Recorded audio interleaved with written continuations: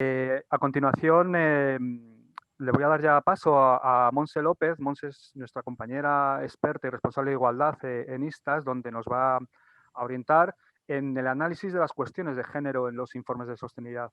Monse, cuando quieras. Hola a todas y a todos, me vais a perdonar, pero he tenido un problema con la cámara. Hasta ahora estaba bien y se me ha tocado tocar para mejorar y no me funciona ninguna de las dos que tengo. Como veis, lo de responsabilidad me lo van a tener que quitar. Son cosas del Bueno, directo, no te preocupes. vamos a ver. Estoy intentando ya compartir.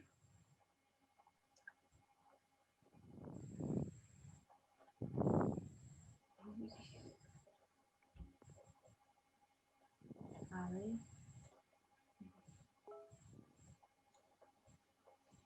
Vale, la tenemos ahí, Monse, gracias. ¿La tenéis ya? Sí, sí, perfecto. Vale. A ver, un momento.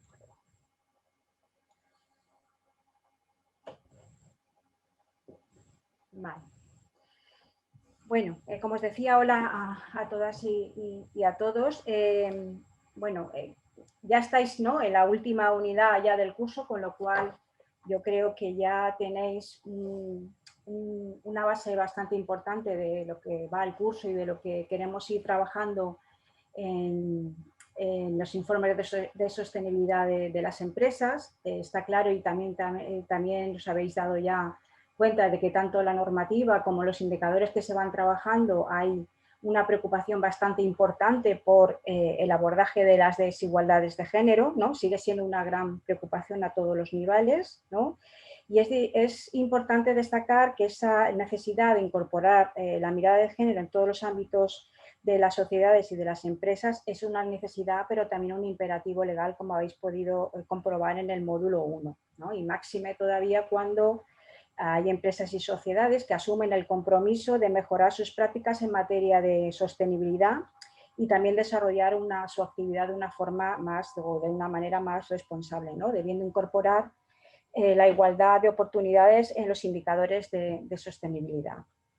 Y ahí podemos apreciarlo, ¿no?, en los estándares de GRI, por ejemplo, en la serie 400, donde ya se introduce el tema de la diversidad e igualdad de oportunidades, y por cierto también donde se introduce el GRI 403, que habla de salud y seguridad ocupacional, ¿no?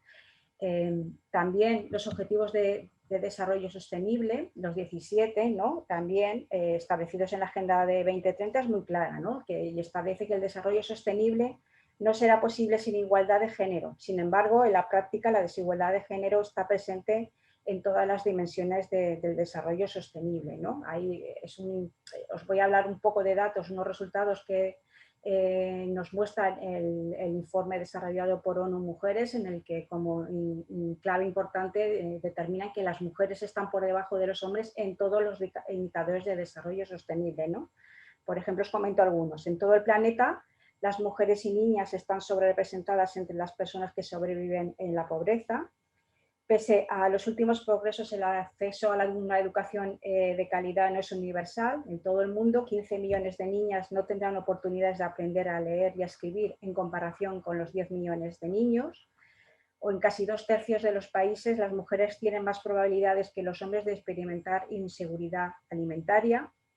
O el cambio climático afecta de forma desproporcionada a las mujeres, niñas y niños, pues tienen 14 probabilidades más que los hombres de morir en una situación de desastre, ¿no?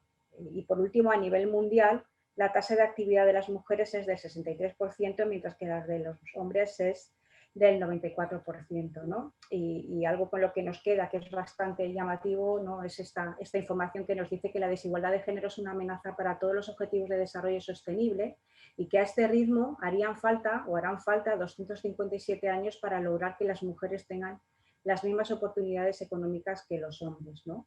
Y recogiendo desde esta información, ¿no?, de las oportunidades económicas, donde ahí ya entramos de lleno de plano en el ámbito laboral, lo que yo pretendo trasladaros hoy sobre todo es que veamos la necesidad de abordar el género desde la sostenibilidad, ¿no?, y desde la responsabilidad social, sobre todo identificando el origen de esas desigualdades de género, ¿no? Dónde están esas desigualdades de género que afectan a las condiciones de trabajo muy desiguales entre hombres y mujeres, de manera que podamos aportar más indicadores para incluir en los informes de información no financiera y, sobre todo, teniendo en cuenta una idea fundamental, que es la necesidad de la transversalidad de la mirada de género en los diferentes espacios de la gestión de la actividad de una empresa, pero también el importante papel de la prevención de riesgos laborales, también incluida dentro de los indicadores estándares.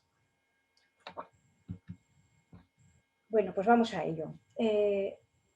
Yo creo que a estas alturas ya todos los que estamos aquí, todas las que estamos aquí, ya sabemos que la división sexual del trabajo sitúa a hombres y a mujeres en espacios diferenciados, ¿no? Y esto es el origen de la entrada, de la permanencia y la expulsión de las mujeres dentro del mercado laboral, ¿no? Y eso va a crear también una serie de desigualdades en cuanto a las condiciones de empleo y a las condiciones de trabajo, ¿no?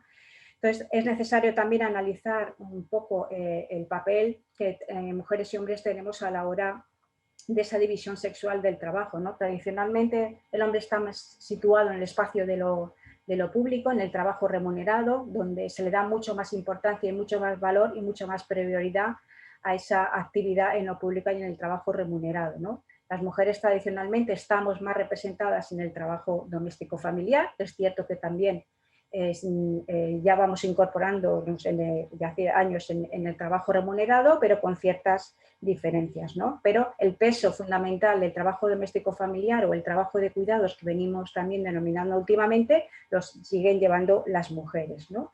Y es importante determinar que ese trabajo de cuidados lo que supone son las tareas cotidianas de gestión y mantenimiento de la vida de las personas, que eso incluye también el mantenimiento de los espacios, de los bienes domésticos, o el cuidado de los cuerpos, pero también la educación o la formación de las personas, el apoyo afectivo y psicológico de los miembros de los hogares y de las personas que están fuera de él, pero que están presentes en nuestras vidas, ¿no? Esto es algo que es fundamental para entender qué supone el trabajo doméstico familiar, ¿no?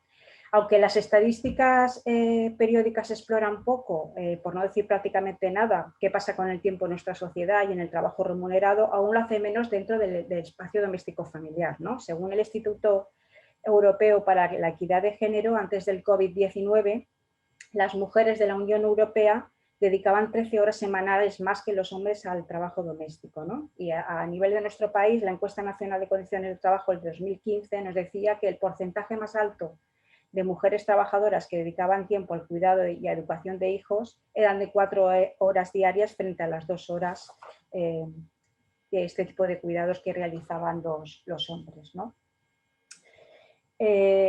Para poder analizar las desigualdades de género en la fuerza de trabajo, tenemos que analizar algunos indicadores laborales, ¿no? Estos datos que os voy a dar son del tercer trimestre del año pasado, del 2020, y están sacados de la encuesta de población activa que elabora el Instituto Nacional de Estadística, ¿no? Y los principales indicadores que tenemos que tener en cuenta son la tasa de ocupación, la tasa de actividad y la tasa de paro. Y como tenéis ahí en esa gráfica, pues en este sentido los hombres presentan una mayor proporción de personas ocupadas, en concreto el 53,31% de los hombres en edad laboral están ocupados frente al 42,87%.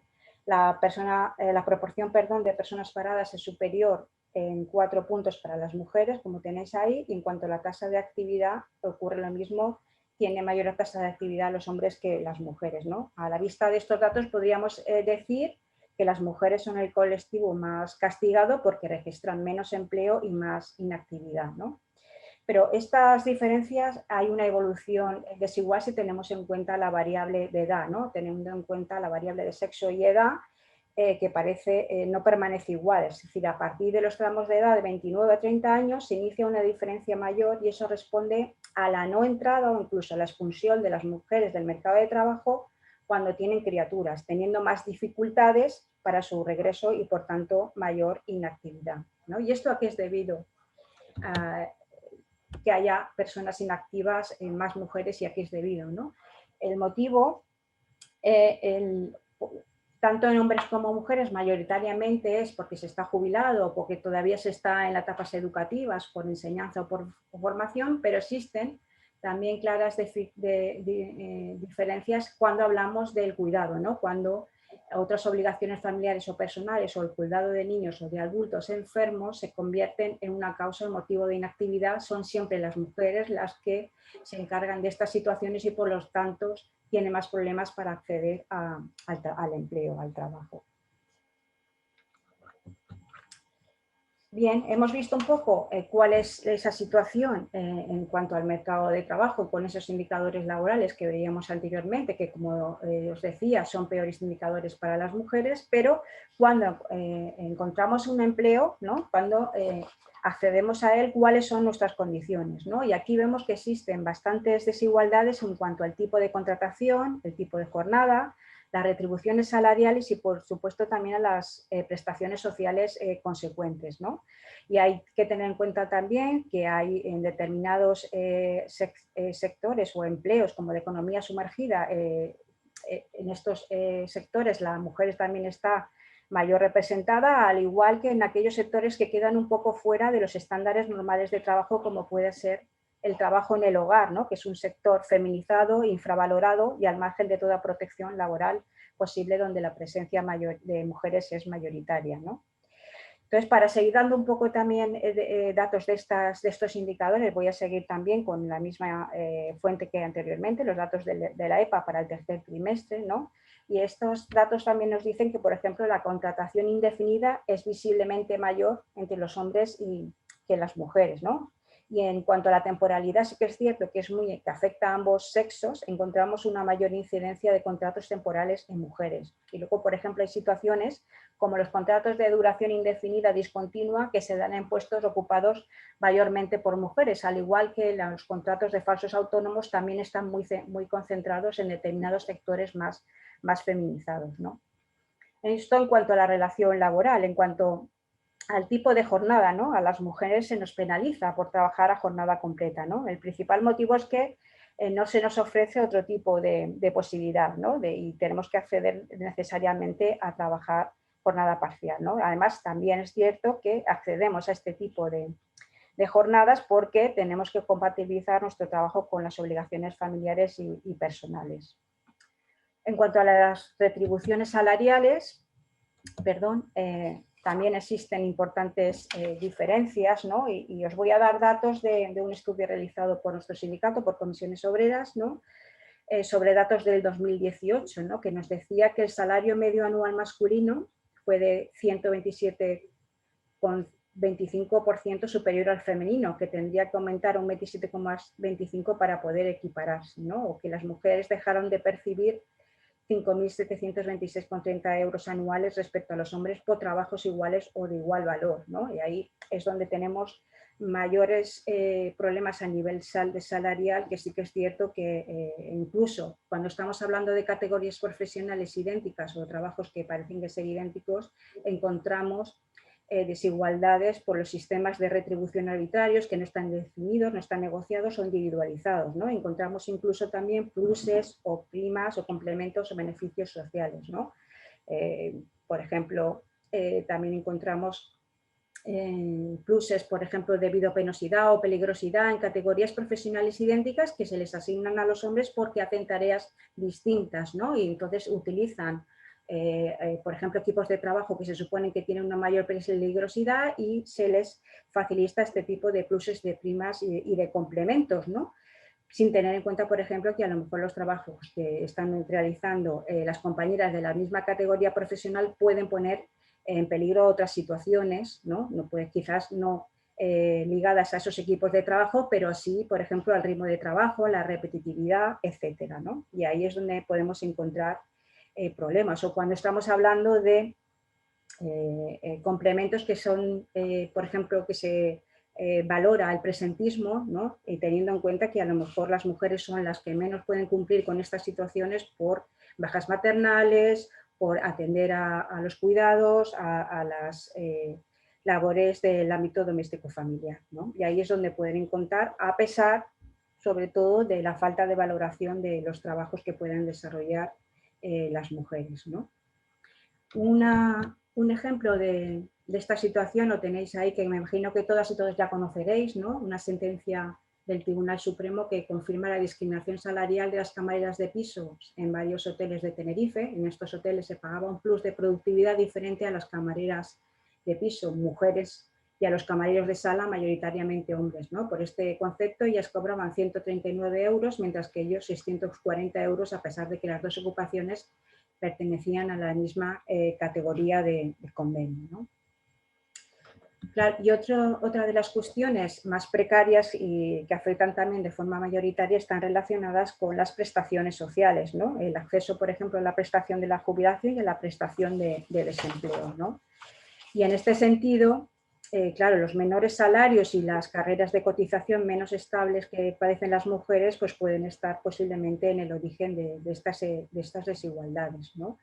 La pensión media percibida por las mujeres, de jubilación me refiero, es un 36,84% inferior a la que perciben los hombres, por ejemplo, ¿no? Y si hablamos, por ejemplo, de las prestaciones por desempleo, sí que es cierto que se han deteriorado todas desde la última crisis, pero en el caso de las mujeres este deterioro ha sido mayor, ¿no? En el 2017 el 41% de los hombres con prestaciones son beneficiarios de prestaciones contributivas frente al 39% de las mujeres, ¿no? Y el mayor volumen de prestaciones asistenciales de desempleo corresponde a las mujeres, un 54% frente al 46% de los hombres. Además, la cuantía media de la prestación contributiva de las mujeres es un 15% inferior a la de los hombres. Bien, esto es en cuanto a qué condiciones de empleo, los problemas que tenemos en las desigualdades de empleo en los indicadores laborales entre hombres y mujeres, cuando encontramos empleo, las diferencias y las desigualdades que podemos encontrar en ese tipo de relaciones, de contratación, de jornada, de prestaciones, etcétera, ¿no? Pero también tenemos que hablar de dónde trabajan y qué trabajos y ocupaciones realizan las mujeres, ¿no? Eso es lo que hablamos tanto en la segregación horizontal como vertical, ¿no? Y ahí hay importantes brechas. Por ejemplo, la OIT en el 2019 decían que las mujeres en el mundo se ocupan en un 58% en el sector servicios, sobre todo en educación, salud, trabajo social, ¿no? Donde se registra una mayor concentración de mujeres seguidos del comercio mayorista y minorista, ¿no? En cambio, suponen un 16% en industria y un 26% en agricultura. Y esto afecta sobre todo a los ingresos, a las condiciones de trabajo y a las tasas de actividad de paro, como veíamos anteriormente, ¿no? Y es que esto ocurre también en nuestro país, ¿no? Se puede trasladar. Tradicionalmente, mujeres y hombres hemos desempeñado profesiones distintas, ¿no? Y esto ha generado trabajos fuertemente masculinizados y trabajos también fuertemente feminizados, ¿no? Y el problema de esto es cuando los trabajos realizados por las mujeres tienen un menor prestigio social, están menos valorados y reciben una menor retribución, ¿no? Son trabajos que prolongan aquellos trabajos que veíamos anteriormente de cuidados en el ámbito doméstico familiar, que por tanto se han realizado desde siempre por mujeres, como dando algo por claro, como que si las mujeres ya necesitamos poca información para realizar estos trabajos, ¿no? Y poco calificación profesional, como si ya de por sí cuando nacemos tenemos que saber desempeñarnos, ¿no? O desempeñarlos o realizarlos, ¿no? En nuestro país, como os decía, se confirma esta misma participación, siendo mayoritaria la presencia de mujeres en sectores asistenciales, sociosanitarios, ¿no? Y esto se ha visto claramente como la afectación del COVID en estos sectores de forma mayoritariamente mujeres, en educación, en la hostelería y en actividades en el hogar, donde vemos la nula presencia masculina, ¿no?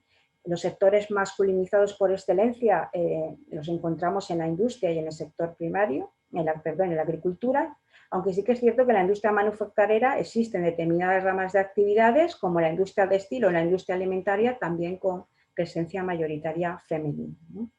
Si esto lo aterrizamos a las ocupaciones, que es la diapositiva que tenéis ahí, vemos que también existen esas diferencias, ¿no? Hay una mayor presencia de mujeres en ocupaciones más elementales, en servicios de restauración, protección y ventas, también en empleos relacionados con tareas administrativas y contables, en empleos en oficinas y por último en técnicas y profesionales intelectuales y científicas, ¿no?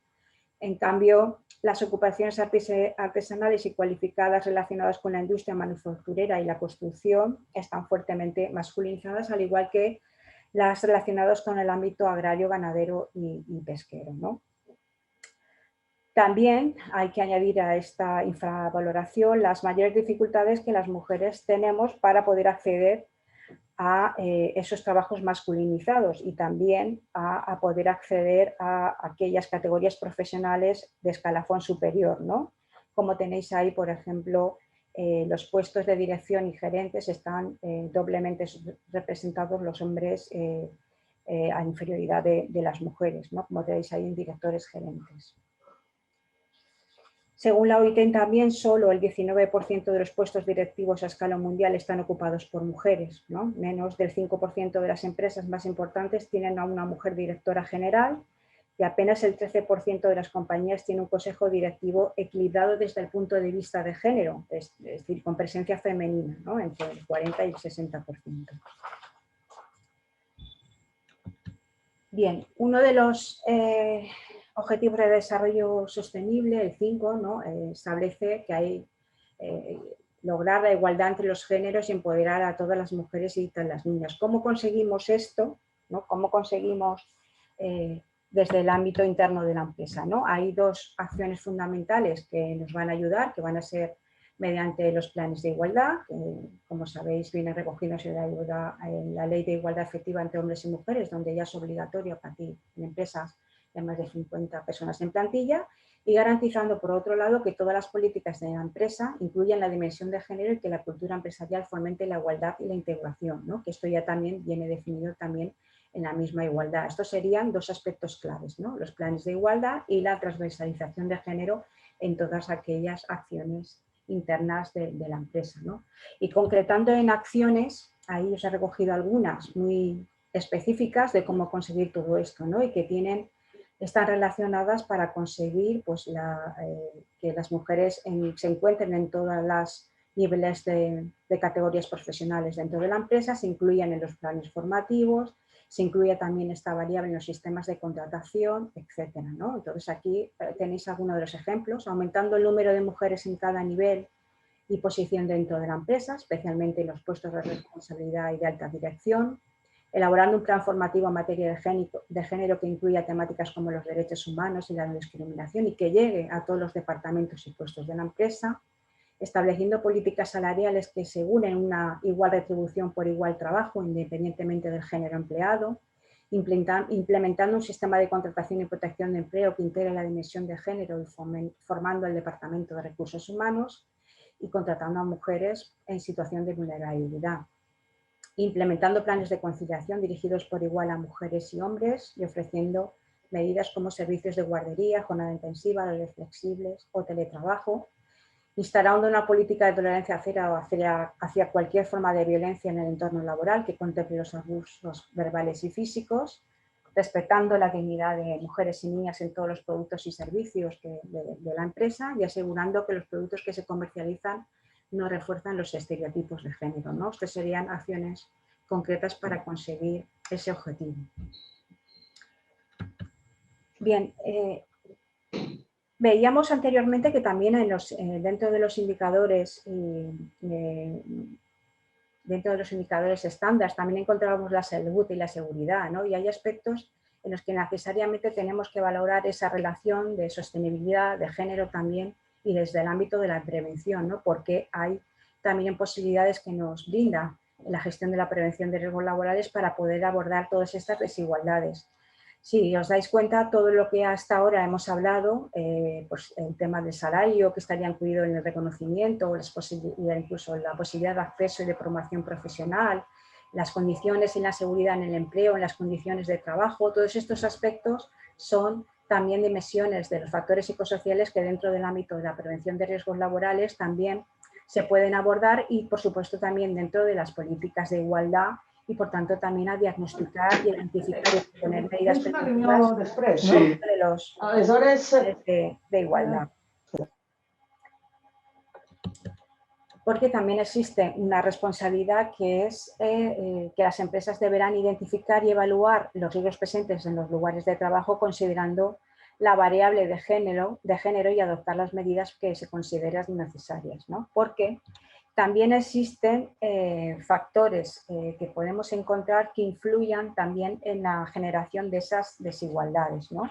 Ahí os he puesto dos casos, ¿no? Las desigualdades en la promoción y la segregación horizontal como factores de riesgo en la generación de los trastornos musculoesqueléticos en una imprenta. Esto es una situación que se genera en la sección de acabado de una imprenta en la que hay una alta incidencia de trastornos musculoesqueléticos, un 85%, pero es que esta sección la conforman única y exclusivamente mujeres. Las mujeres que entran a trabajar en esta imprenta directamente pasan a esta sección de acabado.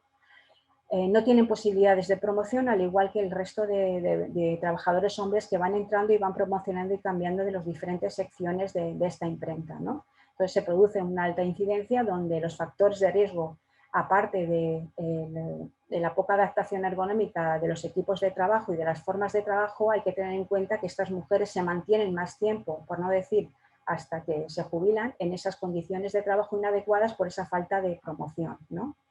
Y también porque encontramos una segregación horizontal importante, ya que hay trabajos que realizan de forma exclusivamente los trabajadores hombres y las mujeres, ¿no?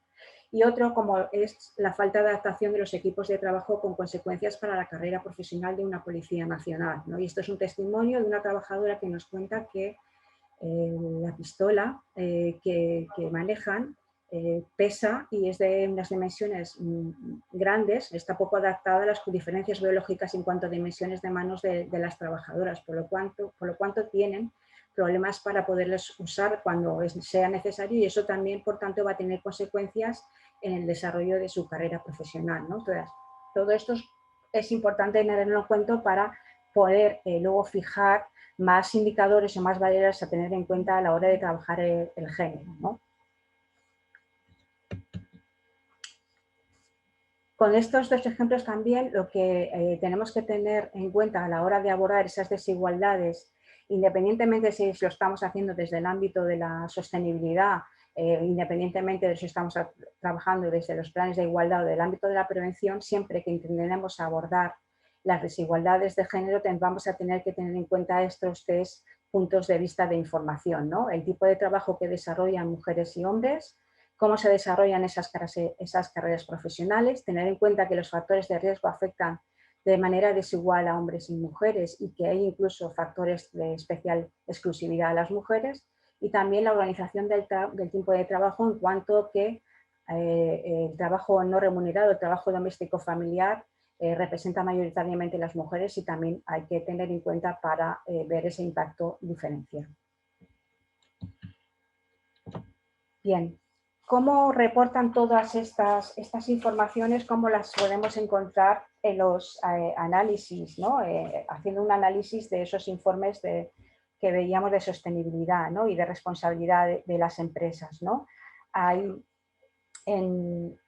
un trabajo de análisis que fue llevado a cabo por ISTAS sobre aquellas empresas, creo que fue dentro de, Antonio me corregirá, dentro de un proyecto, del proyecto TOLC en el 2019, sobre análisis de estos informes que reportaban las empresas del IBEX 35, se analizaban problemas o aquellas variables que tenían relación con el género, ¿no? Y se tenían en cuenta, por ejemplo, se analizaba si estas empresas encontraban o habían realizado ya las políticas y planes de igualdad, si estaban adheridos a algún compromiso o iniciativa nacional de reconocido prestigio y cómo daban la información en cuanto al empleo, al permiso parental o a la rotación laboral o a la retribución salarial teniendo en cuenta el género, si estaba desagregada o no por género, ¿no? Los resultados fueron bastante dispares. Había incluso empresas que a pesar de la obligatoriedad no tenían un plan de igualdad. Había empresas que sí que daban esa información en cuanto a las condiciones de empleo desagregada por género, pero había otras que no, ¿no? Entonces, en este sentido, ¿cómo se reportan todas estas informaciones? Yo os voy a dar algunos ejemplos. Esta es una empresa que he sacado de un informe de una empresa del sector alimentario bastante importante y cómo dan estos datos. Fijaros, por ejemplo, aquí se trata de dar información sobre la prevención, ¿no? Sobre seguridad y salud laboral, ¿no? Y sí queda diferenciada por hombres y mujeres las incidencias de los accidentes de trabajo y las horas perdidas de absentismo laboral es importante que se vieran, por ejemplo, diferenciadas, aquí no se hace, al igual que la evaluación de riesgos de los centros de trabajo sí que sería recomendable que se dieran por puestos de trabajo y por categoría profesional para determinar si realmente se han valorado aquellos puestos de trabajo ocupados de forma mayoritaria por mujeres, que normalmente se suelen dejar para un segundo plano porque se entiende y se utilizan criterios en los que existen menos prioridad ya que eso ocasionan menos accidentes de trabajo, ¿no? Aquí faltarían, por ejemplo, los datos de enfermedad profesional, máxime cuando en este informe, en las explicaciones previas, se determina que hay una incidencia de enfermedades profesionales sobre todas las del síndrome del túnel carpiano, pero luego no se dan datos de esas enfermedades profesionales, ni siquiera el número, ni siquiera diferenciadas por género, ¿no? Y esto es importante. Esto es importante porque tener en cuenta que en las últimas encuestas de condiciones de trabajo, los resultados, ha habido tres claras diferencias entre hombres y mujeres. Una en la que se establecen que los puestos de trabajo ocupados por mujeres son en menor medida objeto de evaluaciones de riesgos, de vigilancia de la salud y también de formación e información sobre los riesgos de los puestos de trabajo. Entonces hay que tener en cuenta también que estos aspectos deberían reflejarse en estos informes. En cuanto a los datos, no sé cómo voy bien, ¿no? Bueno, un poquito más. Un poquito justa. En cuanto a datos más globales de plantilla, diferenciada entre hombres y mujeres y su distribución por categorías profesional, en cuanto a la contratación, aquí también es un poco de ejemplo, sobre todo atendiendo, ¿no?, a los criterios que decía, por ejemplo, Antonio, que cómo se debe dar en las informaciones que se presenten, deben ser claros y precisos, ¿no?, los datos, ¿no? Y aquí vemos que, pues, que cuesta que se cumplan con esos criterios, ¿no? Sí que se nos da datos globales de la plantilla global en cuanto a evolución en 2 años de mujeres y hombres. También se nos dan esa información diferenciando el personal base, los técnicos y coordinadores, pero luego faltaría, por ejemplo, todo el desglose también profesional de estos datos en cuanto a directivos, consejeros, etcétera, ¿no? En cuanto a las categorías profesionales más elevadas, ¿no? Que ahí sí que se hace un comentario en el que se dice que se detalla en las notas 16 y 18 de la memoria adjunta, pero la memoria adjunta yo no la he encontrado, así como era muy fácil de encontrar este informe en la web de la empresa, pero esa memoria adjunta me ha sido bastante difícil poder encontrarla, ¿no? Y esto es un problema porque también nos daría muchísima más información de la segregación horizontal y vertical que veíamos anteriormente, ¿no? Sí que se dan los datos desagregados en cuanto a la jornada del 20 al 19, que ahí, como veis, que hay bastante disparidad en cuanto a la jornada al tiempo parcial entre hombres, mujeres y hombres. Y luego en cuanto al uso de los permisos, ¿no? Tampoco se diferencia entre hombres y mujeres, ¿no? Está claro que el de maternidad es únicamente de mujeres, pero el resto estaría bien ver y identificar quién hace uso de estos permisos. Esto es como un poco como mala praxis, ¿no? Como mala praxis de cómo se reporta esa información, pero sí que es cierto que en este informe trabajado por ISTA en el proyecto que decía anteriormente también enfatiza demasiado algunos de las empresas cómo dan bien esta información, ¿no? Por ejemplo, estos dos ejemplos que os voy a poner son de Endesa, en el que se da información desglosada por sexo en cuanto a formación, por sexo y también categoría profesional, y también se ve la evolución a lo largo de 2 años, ¿no? Y aquí sí que podemos encontrar una mayor información. Al igual, por ejemplo, que Endesa también facilita una tabla de indicadores que permite ver los objetivos y el grado de consecución, ¿no? En cuanto a diversidad e inclusión, ¿no? En cuanto a porcentaje de objetivos que se van consiguiendo a lo largo desde el 2020 al 2023, ¿no? De esos variables, como incrementar la presencia de las mujeres en los cargos de responsabilidad, promover la diversidad de género en los procesos de selección y también en la contratación, ¿no? Y como la orientación profesional en mujeres, ¿no? Entonces, estos sí que serían también ejemplos que vais a tener también más en todas el contenido del tercer módulo que ya habéis empezado a trabajar en el curso, ¿no? También en ese material del curso, como herramienta sindical para poder identificar cuáles son las situaciones o los indicadores que podemos de alguna manera solicitar y analizar si se dan en los informes de sostenibilidad, tenéis un checklist de igualdad de género donde aquí os he puesto solamente 2 ejemplos de permiso por maternidad y paternidad y la formación, pero en ese checklist os damos qué variables hay que tener en cuenta a la hora, por ejemplo, de las políticas, sobre todo en relación a los planes de igualdad, en cuanto a la estructura de personal, el salario y la remuneración, etcétera, ¿no? Y ahí tenéis ese checklist que os puede ayudar a cómo analizar ese informe. Luego sí que, bueno, ya para terminar, hay otro factor importante que yo creo que debemos de tener en cuenta, que es la necesidad de que estos factores, de estos informes, perdón, ya se vaya teniendo en cuenta el lenguaje neutro a la hora de poder redactarlo, ¿no? Al igual que cualquier otra documentación que se genere dentro del ámbito de la empresa, que estaría bien de alguna manera que hubiera un compromiso en la política de la empresa de generar cualquier documentación teniendo en cuenta este lenguaje de neutro, ¿no? Por último, daros las gracias de poder participar en esta jornada y teniendo en cuenta que me gustaría acabar simplemente formalizando una necesidad que para que realmente esa igualdad de género se desarrolle en los diferentes estándares y en los diferentes compromisos de sostenibilidad y responsabilidad social, es necesaria una mayor participación de las mujeres en todos los ámbitos y en todos los espacios de las empresas y también, sobre todo también dentro del ámbito sindical, ¿no? Donde si queremos que se escuche nuestra voz debemos de participar. Nada, con esto ya acabo, muchas gracias y espero que el curso seguramente haya sido de vuestro agrado.